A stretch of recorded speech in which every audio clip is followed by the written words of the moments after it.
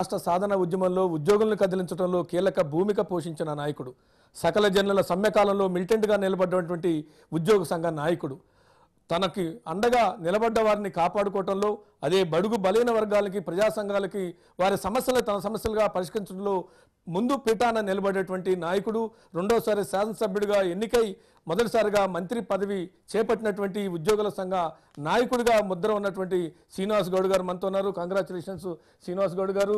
శ్రీనివాస్ గౌడ్ గారు కీలకమైనటువంటి బాధ్యతలు, టూరిజం కానీ, ఎక్సైజ్ కానీ, అదేవిధంగా స్పోర్ట్స్ మంత్రిగా ఇవాళ బాధ్యతలు చేపడుతున్నారు. ముందుగా మేము మీ శాఖకు ముందు పోయే ముందు మీ ఉద్యమ ప్రస్థానం ఎలా ప్రారంభమైంది అంటే ఒకసారి, ఎందుకంటే ఒక మంత్రిగా పాత విషయాలను కూడా గుర్తు చేసుకోవడం ద్వారా మీ అభిమానులకు కానీ ప్రజలకు కానీ కొంత ఉపయోగపడుతుంది అనేటువంటిది. టీ న్యూస్ ప్రేక్షకులకు, యాజమాన్యానికి మీకు హృదయపూర్వకంగా నమస్కారాలు తెలియజేస్తున్నా. ఎందుకంటే ఉద్యమ సమయంలో వెన్నంటూ నిలిచింది టీ న్యూస్. మాకు ఆ రోజుల్లో ఎన్ని ఉద్యమాలు చేసినా, ఎన్ని పేపర్లలో ఒక చిన్న ముక్క రాయకు కష్టం ఉండేది. టీవీలలో కూడా వివక్ష ఉండేది. తెలంగాణ గుండె చెప్పుడు అని చెప్పి ఉద్యమంలో ఆ రోజు వెన్నంటూ ఉండి ఉద్యమాన్ని ఉవ్వెత్తున వెగిసిపోయేటట్లు చేసినటువంటి టీ ఛానల్ మళ్ళీ ఈరోజు ఇంటర్వ్యూ చేస్తున్నందుకు మళ్ళొక్కసారి కృతజ్ఞతలు. మనం చూస్తూ ఉన్నాం, ఆంధ్రప్రదేశ్ గవర్నమెంట్లో ఆ రోజు ఎలాంటి పరిస్థితులు ఉండేవి అంటే, ఒక శాసనసభ్యులే అసెంబ్లీలో తెలంగాణ అనే పదాన్నే ఉచ్చరించొద్దని చెప్పినటువంటి ఆనాటి ముఖ్యమంత్రులు ఉన్నటువంటి కాలంలో ఇంకా తెలంగాణ ఉద్యోగులు, అధికారులు, ప్రజలంటే ఎంత చులకన ఉంటుందో ఆ రోజు అనుభవించినటువంటి మాకు తెలుసు. నిధులు ఖర్చు చేయట్లేదు, ఇక్కడ నిరుద్యోగ సమస్య, ప్రైవేట్ ఇండస్ట్రీస్ వస్తే ఉద్యోగాలు అవి కూడా వాళ్ళకే, పని చేస్తున్నటువంటి ఉద్యోగులకు అవమానాలు, వేధింపులు, కక్ష సాధింపు చర్యలు, ఎంత పని చేసినా ప్రోత్సాహం లేకపోవడం, రకరకాలుగా ఇబ్బందులు ఉన్నటువంటి పరిస్థితులలో మరి ఎప్పుడైతే జలదృశ్యంలో పూడు పోసుకొని అన్నీ వదిలిపెట్టి పార్టీ పదవులు, అధికార పదవులు అన్నీ వదిలిపెట్టి తెలంగాణ గురించి ఈ జాతికి అంకితమవుతామని ఎప్పుడైతే బయటకు వచ్చిండో కేసీఆర్ గారు, అప్పుడు ఈ పీడిత వర్గాలు కావచ్చు, అణగారిన వర్గాలు కావచ్చు, ఉద్యోగ వర్గాలు కావచ్చు, అరే ఒక నాయకుడు వచ్చిండ్రా ఇంకా మనం కూడా లడాయికి దిగుదామని చెప్పి అందరూ అందుతున్న సందర్భంలో మరి ఆనాడు ప్రత్యక్షంగా మేము చూస్తున్న సందర్భాల్లో, హైదరాబాద్లో మున్సిపల్ కమిషనర్గా పనిచేస్తున్నటువంటి సందర్భాల్లో మరి వీరి పట్టుదల చూసి ఖచ్చితంగా మనల్ని కాపాడుతాడు, ఉద్యమాన్ని కాపాడుకుంటాడు, తెలంగాణ తెస్తాడు అన్న నమ్మకంతో మరి మనం కూడా వారు అటు నుంచి రాజకీయ పరంగా నరుక్కుంటూ వస్తుంటే కింద సైన్యాన్ని మనం తయారు చేయాలి. ఆర్గనైజ్డ్ సెక్టార్స్ ఉద్యోగ సంఘాలు ఉంటాయి, వీళ్ళని ఐక్యం చేసి బలాన్ని ఇచ్చినట్లయితే మరి ఈ నాయకునికి, ఉద్యమ నాయకునికి బలం వస్తుంది. అటు ప్రజలు, ప్రజా సంఘాలు అన్ని కదిలితేనే తెలంగాణ వస్తుంది అని చెప్పి మేము అట్లా ఉద్యోగ సంఘాలను స్థాపించుకుంటూ వచ్చినటువంటి సందర్భం. రైట్, మీరు అక్కడికి వస్తాం, మళ్ళీ మీ ఉద్యమ ప్రస్థానం గురించి ప్రస్తావిస్తాం. కానీ ఉద్యోగానికి ముందు మీకు రాజకీయాల్లో రావాలనేటువంటి సంకల్పం కానీ, రాజకీయాల పట్ల ఇంట్రెస్ట్ కానీ, మీకు రాజకీయ ప్రేరణ కల్పించినటువంటి వాళ్ళు, అది గురువులు అన్నావా లేకుంటే ఎవరో ఒకళ్ళు, అట్లాంటిది ఏదన్నా ఉందా ఉద్యోగానికి ముందు? లేదు కేవలం ఉద్యోగస్తులుగానే ఉద్యోగంలో చేరారా? లేదు, రాజకీయంగా రావాలని కోశన లేదు. తెలంగాణ గురించి ఉద్యమం చేయాలని అనుకున్నాం. కేసీఆర్ గారు వెంబడి వారి నాయకత్వంలో పనిచేయాలనుకున్నాం. తెలంగాణ గురించి ప్రాణం పోయినా పర్లేదు, మాత్రం తెలంగాణ వచ్చేంత వరకు కొట్లాడాల్సిందే, ఎక్కడ కాంప్రమైజ్ కావద్దు, తెలంగాణ వస్తే చాలని అనుకున్నాం. పోరాట తత్వం కానీ, ఇలాంటి ఉద్యమాలు చేయాలని కానీ, సమస్యలు ఉద్యోగులకు అండగా నిలబడాలని కానీ, బహుశా దానికి ఏదో కొంత ఒక బ్యాక్గ్రౌండ్ ఉండాలి. అంటే కుటుంబంలో అట్లాంటి పోరాటాలు చేసిన వాళ్ళు, అలాంటి చదువుకునే రోజులు ఎంతో కొంత ఆ ఉద్యమాలు లేకుంటే ఆ భావజాలం ఏమైనా ఉన్నాయా, లేకుంటే ఉద్యోగంలో చేరిన తర్వాత అటువంటి ఆలోచనలు, సంఘాలను ఆర్గనైజ్ చేయాలని? తెలంగాణ పైన నాకు ఊహ తెలిసినప్పటి నుంచి, తెలంగాణ పైన కానీ నేను 69లో పుట్టాను. 69 ఉద్యమంలో మా నాయన ముసాపేటలో, మహబూబ్నగర్లో ముసాపేట స్కూల్ టీచర్గా పనిచేస్తూ బస్సులు ఆపినప్పుడు, ఆ రోజు బస్సులు ఆపిన సందర్భంలో పోలీస్ మిలిటరీ దళాలు వచ్చి మా ఫాదర్ని 303 గన్ ఉంటుంది, గన్ ముందు పెద్ద తుపాకీ ఉంటుండే, కొట్టి దాంతో పొడిస్తే మా ఫాదర్కు మొత్తం చీల్చుకుపోయినాయి. చనిపోయింది అనుకొని అక్కడ పడేసిపోయింది మా ఫాదర్ని. చనిపోయింది అనుకొని కొత్తకోట పోలీస్ స్టేషన్లో పోయి కొత్తకోట పోలీస్ స్టేషన్ వేసిన రూమ్లో చనిపోయింది అనుకొని. మా విలేజ్ పక్కనే అడ్డాకల్ మండలం రాచాల. రాచలకి చెప్పి పంపించారు. ముసాపేట కాడ పోలీసులు కాల్పు జరిపిండ్రు, నారాయణ గౌడ్ని బతికిలేడు చనిపోయాడు, కొత్తగూడ పోలీస్ స్టేషన్లో వేసారంటే మా ఊరు వాళ్ళు అందరూ పోయారు చూడడానికి. అప్పటికి కిటికీలకి చూస్తే ఒక కానిస్టేబుల్ రాకముందే కాళ్ళు కదులుతున్నాయని చెప్పి పోయి నీళ్లు కొట్టి డాక్టర్ పిలిపించి లేపి మా ఊరోళ్ళు వచ్చేవరకే మా ఫాదర్ లేచి కూర్చున్నాడు. అంటే నేను ఊహ తెలిసినప్పటి నుంచే 69 ఉద్యమంలో మీ నాయనని కాల్పు జరిపినరు, కత్తితో ఓడిసిండ్రు, చనిపోయింది అనుకుంటే అనే మాటలు అసలు ఏంటి 69 ఉద్యమం ఏంటి, అసలు ఏంది తెలంగాణ ఉద్యమం అనేది చదువుకునే రోజుల నుంచి నా మదిలో ఉంది. కానీ ప్రత్యక్షంగా నేను పోరాటం చేస్తానటువంటిది ఇట్లా ఈ రకంగా చేస్తాననేది నాకు రాలేదు. కాకపోతే దాని మీద అవగాహన ఉంది. పోరాటం చేయడానికి ఉద్యోగ సంఘాలని తెలంగాణ మున్సిపల్ ఎంప్లాయీస్ అసోసియేషన్ కూడా 1995లో పెట్టినాం. 90లో పెట్టి తెలంగాణ ఆంధ్రప్రదేశ్ మొత్తం ఉండే హెల్త్ ఇన్స్పెక్టర్స్ అన్ని కలిపి దాన్ని విడదీసి తెలంగాణది మేము సపరేట్ చేసుకున్నాం. సపరేట్ చేసుకొని ఆ తెలంగాణ పేరు మీద లిటరేట్స్ తయారు చేసుకున్నాం 1996లో.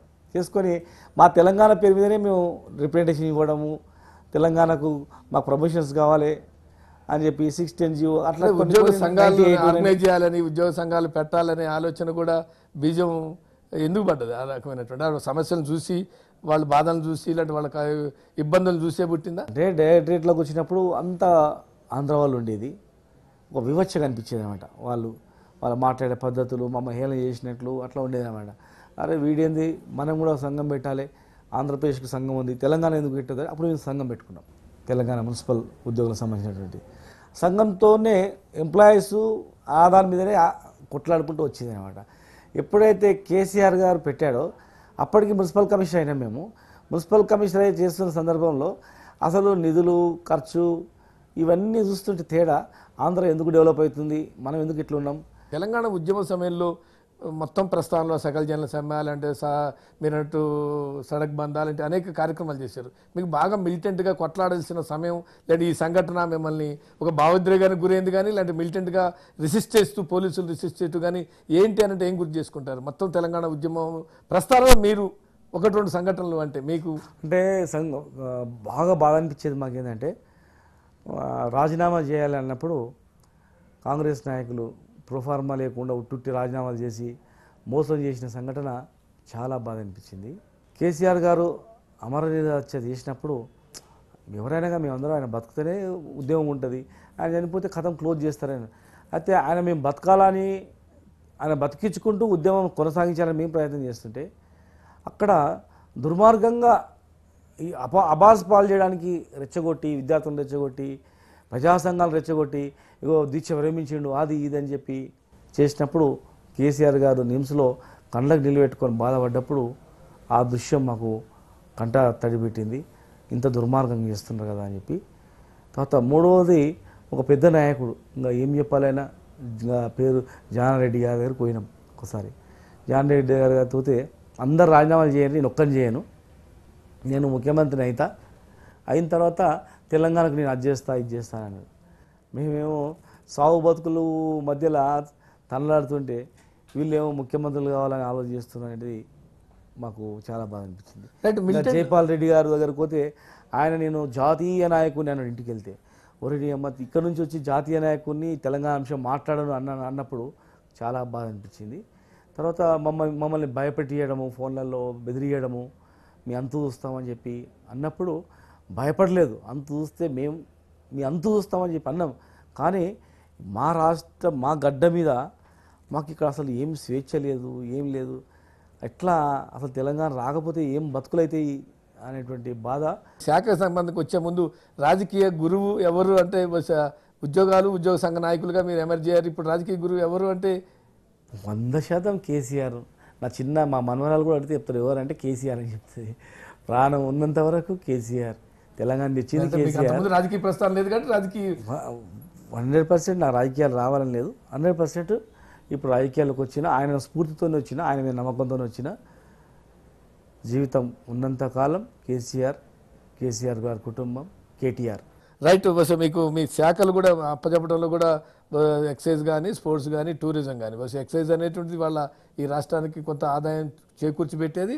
ఎట్ ద సేమ్ టైం దాంట్లో కొన్ని సంస్కరణలు కూడా తేవాలని డే 1 నుంచి కూడా రాష్ట్రం ఏర్పడేటప్పటి నుంచి కూడా తీసుకొచ్చారు.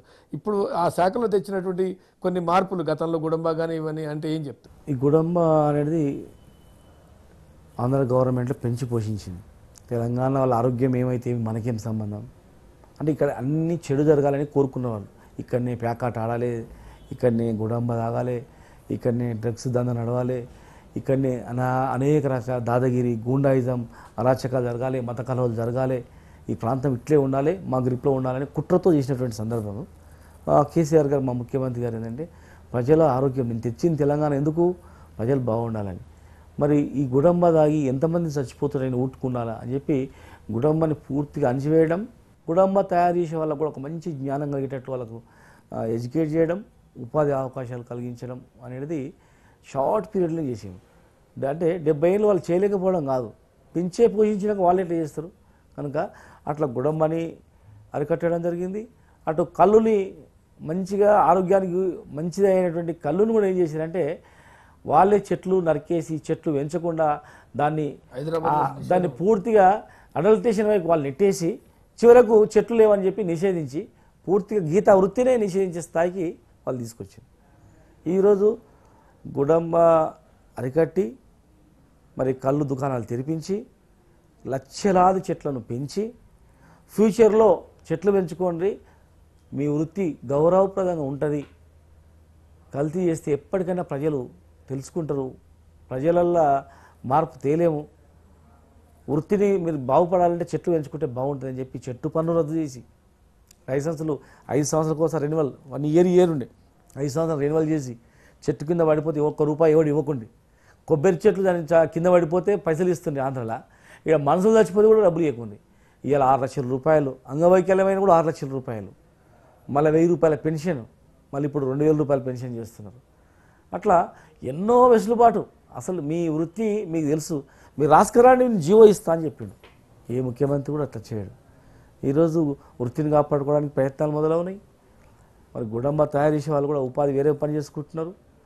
బయటి రాష్ట్రాల నుంచి అక్రమ మద్యం వచ్చేది, అవన్నీ అరికట్టడం జరిగింది, డిపోలు పెంచడం జరిగింది, ఆదాయము ఇటు అన్ని రకాలుగా రావడం, అక్కడ నుంచి ఇంకా ఒక గౌరవప్రదమైనటువంటి జీవితం రేపు ఫ్యూచర్లో మా వృత్తికి ఉంటుంది అని ఒక విశ్వాసం ఈత కార్మికులు కలిపియడం. ఎక్సైజ్ అనగానే అనేక రకాలుగా అక్రమాలు దందాలు ఇవన్నీ ఉండేవి, అవన్నీ ఆన్లైన్ పద్ధతి పెట్టుకొని ఆన్లైన్ పద్ధతి ద్వారా ఒక డీసెంట్రలైజేషన్ చేసి ఒక పద్ధతి ప్రకారం చేయడం, ఇవన్నీ కూడా వారు చేసినటువంటివి. వారు మా గతంలో మా కొద్దిగా మీరు అన్నట్టుగా కొన్ని డిపోస్ సంఖ్య పెంచాలనేటువంటి ప్రతిపాదన ఇంకా మీరు కొత్తగా వచ్చారు కాబట్టి మీ ముందుకు వస్తేటుంది. కొంత నియామకాలు కూడా అవసరం ఉన్నటువంటిది కూడా ఉంది. వాటి మీద కూడా రేపటి రోజున మీరు రివ్యూ చేసి అధికారులతో మాట్లాడే అటువంటి వాటిని కూడా మరింత స్ట్రెంథన్ చేసే వైపుగా, ఎందుకంటే ఎక్సైజ్ పాలసీ ఇప్పటికే రూపొందించారు. మీరు అన్నట్టు 2 సంవత్సరాలకి ఇప్పుడు ఎట్లయితే కళ్ళు లైసెన్స్ని పెంచారో అట్లాగే ఇంతకుముందు సంవత్సరం ఒకసారి వేలంపాట్లు ఉంటుండేవి, అవి వేలంపాటలు ఉండేది, దందాలు ఉండేది, వాళ్ళు బెదిరించుకోమని ఉండేది, వాడు వాడికి వస్తే పాడకరా అని చెప్పేసి రింగ్ అయ్యేది. ఇప్పుడు రింగులు బింగులు దందాలు అని బంద్ అయిపోయినాయి. ట్రాన్స్పరెంట్ అనమాట, ఎక్కడ కరప్షన్ అవినీతి అనేది ఎక్కడ లేకుండా. అంటే మా ముఖ్యమంత్రి గారికి ఇప్పుడు ఈ మధ్యలో ఇంకా దగ్గరుండి చూడడం అంటే అసలు అవినీతి అనేది ఉండదు, పబ్లిక్ స్వేచ్ఛగా బతకాలి, వాళ్ళు ట్రాన్స్పరెంట్గా ఉండాలి. ఈ డబ్బులు ఉన్నదే గుర్తునుందే గుర్రం అన్నట్లా లేకుండా మామూలు కూడా ఈ పని చేసుకోవాలంటే చేసుకునేటట్టు ఉండాలి. శాఖకు సంబంధించింది కూడా ఉంది, ఎందుకంటే స్పోర్ట్స్ సంబంధించింది కూడా కొంచెం ఇంపార్టెంటే. మీరు అన్నట్టుగా హైదరాబాద్ అనేటువంటిది ఇంటర్నేషనల్ స్పోర్ట్స్కి కేంద్రంగా ఉన్న ఎందుకో రావాల్సిన గుర్తింపు రాలేదండి. బహుశా రాష్ట్రం వచ్చిన తర్వాత ఆ వైపుగా కొంత ప్రయత్నాలు మొదలైనా అనేటువంటిది ఉంది. బహుశా ఏ రకమైన చర్యలు తీసుకున్నారు, భవిష్యత్తులో ఏమన్నా దాని మీద ఒక దృష్టి సారించే అవకాశాలు ఉన్నాయి? అప్పుడు ఏమో చూసినాం కదా, అప్పుడే ఒకటే ఆట ఉండే, ప్యాక్ ఆట ఉండే. ఇప్పుడు అవి ఆ ప్యాక్ ఆటలు ఒరిజినల్ ఆటలు వచ్చినాయి. ఇప్పుడు మనం వచ్చిన తర్వాతనే చూస్తున్నాం. మొన్న నిజామాబాద్ అమ్మాయి బాక్సింగ్ ఛాంపియన్షిప్ కొట్టింది. నిన్ననే మా కేటీఆర్ గారు సన్మానం కూడా చేయడం జరిగింది. అంతకుముందు ఎవరెస్ట్ శిఖరానికి వచ్చిర్రు. అంటే మా గురుకుల పాఠశాల విద్యార్థి దశ నుంచి అక్కడ స్పోర్ట్స్ మీద ఆసక్తి పెట్టి ఒకవైపు వాళ్ళని తయారు చేస్తున్నారు. ఇంకా చాలామంది ఇప్పుడు గోపిచంద్, సైనా సెహ్వాల్ కానీ, సానియా మిర్జా వీళ్ళందరూ హైదరాబాద్లో ఆడి మా గ్రౌండ్లో నుంచి ఆడి అజరుద్దీన్ కానీ వీళ్ళందరూ చాలామంది కూడా వాళ్ళు నిర్లక్ష్యం చేసిన మట్టిలో మాణిక్యాల్లాక సొంత శక్తితో పైకి రావడం జరిగింది. మరి ఈ 4 సంవత్సరాల్లో చాలా వరకు క్రీడా మైదానాలు డెవలప్ చేయడం జరిగింది. తర్వాత జిల్లా కేంద్రాల్లో కూడా మినీ స్టేడియాలను శాంక్షన్ చేయడం జరిగింది. చాలామంది మెడల్స్ వచ్చిన వాళ్ళకు ప్రోత్సాహం ఇవ్వడం జరిగింది. ఇంకా అనేక రకాలుగా ఏ రకంగా ఒక క్రీడా పాలసీ కూడా తయారు చేస్తున్నారు. తర్వాత ప్రతిభ గల క్రీడాకారులకు స్థానం. అంతకుముందు పైరే చేసుకుంటూ వచ్చేది, ఇప్పుడు పైరే లేదు.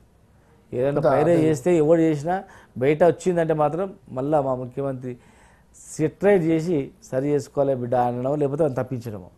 మీరు ఒక ఆ విజన్ ఉంది బస్. ఎల్బీ స్టేడియం ఏదైతే ఉందో దాని చుట్టూరా ఇప్పుడు రోడ్డు ఉంది, దాన్ని కొంత టవర్స్ లాగా లేపి దాన్ని కొంత ఆదాయం వనరులు సమకూర్చుకోవడం ద్వారా కొంత ఉంటుందని ఆలోచన చేస్తున్నారు అన్నట్టుంది. బస్ మీరు స్పోర్ట్స్ శాఖ మంత్రిగా బాధ్యతలు చేపట్టారు, ఇప్పటికి కొంత ప్రతిపాదన ప్రాథమిక దశలో ఉంది, దాని మీద దృష్టి మొన్న చూడడం జరిగింది. దాన్ని తయారు చేయమన్నాం. తయారు చేసిన తర్వాత మా ముఖ్యమంత్రి గారు చూపిస్తే దానికి ఇంకా బ్రహ్మాండమైన తుది మెరుగులు మా ముఖ్యమంత్రి గారు సలహాలు ఇస్తాడు. దాన్ని తీసుకొని ముందుకు పోవాలని. ఎందుకంటే ప్రధానమైన కూడల్లో ఉన్నాయి, మంచి మంచి ప్లేస్లలో ఉన్నాయి. అవి ప్రతిదీ గవర్నమెంట్ ఇవ్వాలా అనకుండా చుట్టూ ఆ రకమైన మొత్తం టోటల్గా పెద్ద కాంప్లెక్స్ కట్టేస్తే ఆ రెంట్తోనే మనకు నడుపుకోవచ్చు. గచ్చిబౌలిలో కూడా అదే పరిస్థితి ఉంది. అది మా ముఖ్యమంత్రి గారే ఇట్లా ఉంటే బాగుంటుంది మాకు ఆదేశాలు ఇవ్వడం జరిగింది. మేము పోయి చూసి వచ్చిన తర్వాత దాన్ని మళ్ళీ నివేదిక పూర్తి స్థాయిలో ఎంత కన్స్ట్రక్షన్ చేయగలుగుతాం, ఎంత సేఫ్టీ, ప్రైవేట్ పబ్లిక్ పార్ట్నర్షిప్లో చేస్తే పబ్లిక్ గవర్నమెంట్కు బర్డన్ లేకుండా ఎట్లా బాగుంటుంది అనేది ఒక ప్రపోజల్ ఇస్తే వారు ఆర్కిటెక్ట్ లాగానే వారు కూడా కనుక వాళ్ళు ఇంకా దాన్ని ఎవరికి ఇస్తే ఎట్లా ఇస్తే బాగుంటుంది, ఏ పద్ధతులు చేయాలనే దాని మీద ఆలోచన చేస్తారు. దాన్ని కూడా మేము స్టడీ చేస్తూ ఉన్నాం. రైట్. టూరిజం కూడా, ఎందుకంటే సమైక్య పాలనలో నిజానికి హైదరాబాదు కానీ అసలు ఒక రాజు టూరిజం హబ్గా ఉండేది. దేశాల నుంచి వస్తుండేటువంటి వాళ్ళు ఉన్నారు. చుట్టూరు కూడా అనేక రకమైన టూరిజం డెవలప్ దానికి కావాల్సిన ఉన్నాయి, కానీ దాన్ని ఎప్పుడు కాలేదు. ఇప్పటివరకు కూడా దాన్ని నిర్లక్ష్యం అయింది అనేటువంటి విమర్శ ఉంది. రేపు భవిష్యత్తులో ఇప్పుడు రాష్ట్రం ఏర్పడిన తర్వాత కొంత వైపుగా అడుగులు పడుతున్నాయి. ఇంకా ఇప్పటివరకు పడ్డ అడుగులు ఏ రకంగా ఉన్నాయి, భవిష్యత్తులో ఏ రకంగా చేయబోతారు? ఒక టూరిజం శాఖ కూడా మీ దగ్గర ఉంది కాబట్టి. మాకు సరిగ్గా గత సంవత్సరం ముఖ్యమంత్రి గారు ఒక మాట అన్నారు. సింగపూరు, ఇంకా మలేషియా అవన్నీ ఒక 100-150 కిలోమీటర్ల దూరము సముద్ర తీరం ఉంటేనే వాళ్ళు కృత్రిమంగా తయారు చేసుకున్నారు పెద్ద టూరిజం స్పాట్ లాగా. మనకు 100 కిలోమీటర్లు ఉంది, ఎక్కడంటే అక్కడ మనం చేసుకోవచ్చు ఇండియాలో. మరి ఏం చేయలేకపోయారు అనేది ఉంది. తెలంగాణ విషయానికి వస్తే నదులు 2 జీవనదులు ఉన్నాయి, మంచి గుట్టలు ఉన్నాయి, ఆల్రెడీ ఇక్కడ ఉన్నాయి కోటగోడలు, మంచి నిజాం కాలంలో కట్టిన కాడాలు, కాకతీయుల కాలంలో కట్టిన కట్టడాలు, అవి అద్భుతమైనటువంటి దృశ్యాలు. అది ఇప్పుడు చైనా పోతే ఆ చైనాలో వాళ్ళు ఇక వస్తున్నాయి. మా దగ్గర మహబూబ్నగర్లో కోయిల్ కూడా ఉంది, 600 ఎకరాల్లో పెద్ద కోట ఉంది. అది ఇంతవరకు ప్రపంచానికి తెలియదు. తెలంగాణ ఇప్పుడు వచ్చిన తర్వాత ఇప్పుడు అంటుంటే ప్రాధాన్యత వచ్చింది. అట్లా మనకొండ, ఇక్కడ వరంగల్ కుంటాల జలపాతం ఉంది, మనం అవన్నీ పిల్లల మరి ఏసియానే బిగ్గెస్ట్ ట్రీ ఉంది. అంటే ఇవన్నీ ఆల్రెడీ నిజాం కాలం నాటి ఉండేటివి ఉన్నాయి. ఇప్పుడు మా ముఖ్యమంత్రి గారు చేసేటువంటి కాళేశ్వరం ప్రాజెక్టు ద్వారా ఆ తర్వాత రిజర్వాయర్స్ ఎక్కడెక్కడ అనేక రిజర్వాయర్ దగ్గర ఒక పెద్ద టూరిజం స్పాట్స్ ఉంటాయన్నమాట. అవన్నీ చాలా చేయాల్సింది ఉంది. ఇవన్నీ టూరిజం అధికారులతో కూడా మేము మాట్లాడడం జరిగింది. దానిపైన కూడా మేము తయారు చేస్తున్నాం. ఏ రకంగా ఏదేది ఎట్లా చేయాలో మేము ఆలోచన చేసి మాకు ఉన్నటువంటి పరిజ్ఞానంతో కొంత తయారు చేసుకొని మా ముఖ్యమంత్రి గారికి సమర్పిస్తే ఖచ్చితంగా వారు దాన్ని తుది మెరుగులు దిద్ది అది అంతర్జాతీయ స్థాయిలో ఇంటర్నేషనల్ స్టాండర్డ్లో కూడా ఎట్లా చేస్తే బాగుండేది దాంతో ఖచ్చితంగా చేస్తారని ఉంది. టూరిజంతో పాటు ఇతర జిల్లాలో సమగ్ర అభివృద్ధి గురించి కూడా చేయడంతో పాటు రాజకీయంగా కూడా పార్టీని లేదంటే రేపు పొద్దున రానున్న రోజుల్లో పార్లమెంట్ ఎన్నికల ఇంకేమైనా కానీ ఖచ్చితంగా ఈరోజు 13 సీట్లు గెలిచినాం. కొంత చిన్న పొరపాటుల్లో ఒకటి పోయినా 100% మా మహబూబ్నగర్ 14 గెలిచి ఏ ఎలక్షన్ వచ్చినా బ్రహ్మాండంగా టీఆర్ఎస్ పార్టీకి అండగా ఉంది అనేటువంటిది గ్యారంటీ తీసుకొస్తాం. అందరం నిరంజన్ రెడ్డి గారు కానీ, మా లక్ష్మారెడ్డి గారు కానీ, మా ఎమ్మెల్యేలు, మా పెద్దలు అందరం మేము కలిసిమెలిసి ఐక్యంగా ఉండి మా ముఖ్యమంత్రి గారికి ఇక మహబూబ్నగర్ జిల్లా అంటే వాళ్ళు ఉన్నోళ్ళే చూసుకుంటారనే స్థాయిలో చేస్తాం. అదే పార్లమెంట్ ఎలక్షన్స్లో మీరు చూస్తారు అందరు ఎమ్మెల్యేలకు కలిపి ఎంత మెజార్టీ వస్తుందో దానికన్నా మళ్ళీ 20-30% ఎక్కువ వచ్చేటట్లు మేము ప్రయత్నం చేస్తాం. గ్యారంటీగా ఒక కంచుకోటల టీఆర్ఎస్కు కంచుకోటలాగా మేము తయారు చేసి మా ముఖ్యమంత్రి గారికి బహుమానం ఇచ్చేటట్లు మేము చేస్తాం. రైట్. మొదటిసారిగా మంత్రి గారు మీరు అన్నట్టుగా చిన్నప్పటి నుంచి మీకు ప్రజల సమస్యలు లాంటి ఉద్యోగుల సమస్యలు ఇవన్నీ పరిష్కరించాలి, సహాయం చేయాలనే భావన ఉందన్న. మంత్రిగా బాధ్యతలు చేపట్టాక మీ ఆయా వర్గాల ప్రజలకి, మీ జిల్లా ప్రజలకి మీరు ఇచ్చే సందేశాలు అంటే మీ డిపార్ట్మెంట్ అధికారులకైనా ఏం చెప్పదలుచుకున్నారు? నిజాయితీతో పనిచేయాలి, అవినీతికి ఆస్కారం లేకుండా పనిచేయాలి, దుష్టశక్తులన్నీ కూడా ఆ మచ్చ వచ్చి ఖరాబ్ చేయాలని ప్రయత్నించే వాళ్ళు ఉంటారు. ఇంకా చాలా ఆంధ్ర మోచేతులతో నీళ్ళు ఆయినోళ్ళు, ఇంకా ఆంధ్ర పట్ల జోకెటోళ్ళు చాలామంది ఉంటారు అక్కడక్కడ. వాళ్ళతో అప్రమత్తంగా ఉండాలి. కులము మతము అనేది దళిద్రం పోగొట్టి మనుషులంతా ఒకటే, అభివృద్ధి మా లక్ష్యం, అభివృద్ధికే ఓటేస్తామనే రీతిలో తయారు చేయాలన్నది గ్రూపులు దందలు అవన్నీ ఏం లేకుండా అందరినీ కలుపుకొని పోయేటట్టు చేయడం ఒకటి. ఇంకా బీదోళ్ళు ఎవరైనా సరే, మా ముఖ్యమంత్రి గారు అంటారు ఏ పెన్షన్ వచ్చినా ఇల్లు వచ్చినా బీదోనికి ఇవ్వండి అని చెప్తాడు. సెలక్షన్ కూడా ఆఫీసర్లు చేయండి అని అంటాడు. అంటే ఒక బీదోనికి చేయాలి, వాడు ఎవడైనా కానీ పేదోనికి సాయం చేయాలంటే ఆలోచన మా ముఖ్యమంత్రి గారికి ఉంది కనుక ఆయనకున్న ఆలోచనలను పూర్తి స్థాయిలో మేము కూడా నింపుకొని అదే స్థాయిలో వాళ్ళ ఆశయాలకు అనుగుణంగా పనిచేయాలన్నది మా లక్ష్యం. Right, thank you Srinivas Goud గారు. అంటే బడుగు బలైన వర్గాలకి సేవ చేయాలన్న సంకల్పమే ఇవాళ తను ఉద్యమాల వైపు నడిపించిందని, కేసీఆర్ గారు ఇచ్చినటువంటి అవకాశాలను ఉపయోగించుకొని పాలమూరుని వలసల పాలమూరు నుంచి పచ్చడి పాలమూరుగా దాన్ని తయారు చేయటమే తమ మీద ఉన్నటువంటి బాధ్యతని, ముఖ్యమంత్రి గారు తన మీద ఉంచినటువంటి బాధ్యతల్ని తూచా తప్పకుండా అన్ని అభివృద్ధి పదంలో నడిపిస్తామని, దేశంలో నెంబర్ 1 పొజిషన్లోకి ఇవాళ టూరిజాన్ని కానీ స్పోర్ట్స్ని కానీ తీసుకొస్తామనేటువంటి ధీమాను వ్యక్తం చేస్తున్నారు. ఇది వాళ్ళ స్పెషల్ ఇంటర్వ్యూ. మరో స్పెషల్ ఇంటర్వ్యూలో కలుద్దాం. చూస్తుంటే తెలంగాణ గురించి